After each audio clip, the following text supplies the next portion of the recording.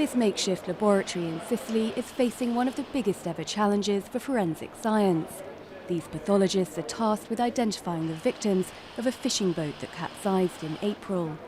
It was carrying some 800 migrants. Most bodies are still to be recovered from the vessel, which sits 400 metres underwater. This is one of the most complex mass disasters in the history of forensic science, because the victims are not concentrated in one place and time, but spread over time and from different countries. The laboratory works on about 20 bodies a day. Police have collected the victims' personal items. Clothes are searched for anything that could help identify them. Then the autopsy notes any tattoos, scars or other distinguishing features. The forensic team takes photographs of physical features such as the dental arch, forehead, earlobes, scars, any artificial limbs, which are collected in an album which is then made available to relatives.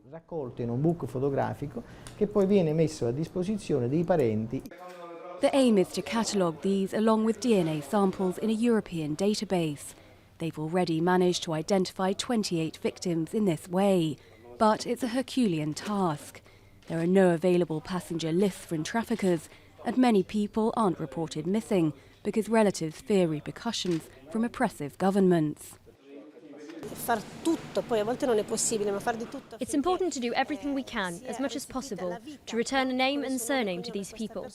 It's a gesture of respect of human dignity and human rights. Other frontline countries in the refugee and migrant crisis, like Greece, Spain and Malta, are taking notes. More and more bodies are washing up on European shores. The number of deaths during crossings has risen to nearly 3,500 this year. Urgent resources are needed, not only to look after the living, but also to take care of the dead.